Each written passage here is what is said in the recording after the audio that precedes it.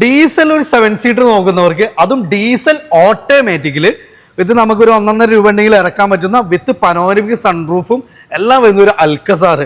കാരണം അപ്പോൾ ഇന്ന് കമ്പനി പോയത് തന്നെ നമുക്ക് ഡീസൽ ഓട്ടോമാറ്റിക്കൽ വിത്ത് പനോരമിക് സൺറൂഫിൽ പ്രൊഡക്ഷനൊക്കെ കമ്പനി സ്റ്റോപ്പ് ചെയ്തിട്ടുണ്ട്.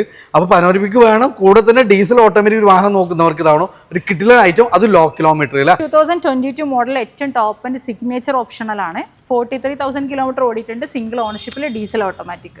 എത്ര രൂപ ചെയ്യാൻ പറ്റും? നമ്മൾ ചോദിക്കുന്ന റേറ്റ് 17,75,000. കിയയിലൊരു 7 സീറ്റർ വേണമെന്നുള്ളവർക്ക് ഇതാണ്. കിയയുടെ ഒരു കാരൻസ് വന്നിട്ടുണ്ട്.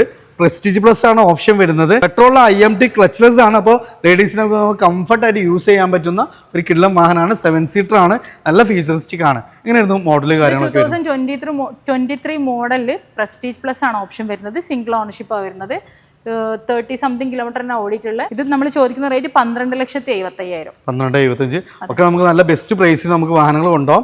ഒത്തിരി നല്ല SUV കളക്ഷൻസ് നമുക്ക് ഇവിടെ അവൈലബിൾ ആണ്. അപ്പോൾ ട്രാക്ക് കാര്യങ്ങളൊക്കെ ആണെങ്കിൽ 1.5 രൂപ ഡൗൺ പേയ്മെന്റ് നമുക്ക് വാഹനങ്ങൾ ഉണ്ടാവും. അപ്പോൾ വാഹനങ്ങൾ ഫുൾ ഡീറ്റെയിൽസ് കാര്യങ്ങളൊക്കെ അറിയാൻ വേണ്ടി താഴെ നമ്മൾ നമ്പർ കൊടുത്തിട്ടുണ്ട്. ക്യാപ്സിലാണ് ലൊക്കേഷൻ വരുന്നത്. കാലിക്കറ്റ് മീഞ്ഞത് ബൈപ്പാസിലാണ്.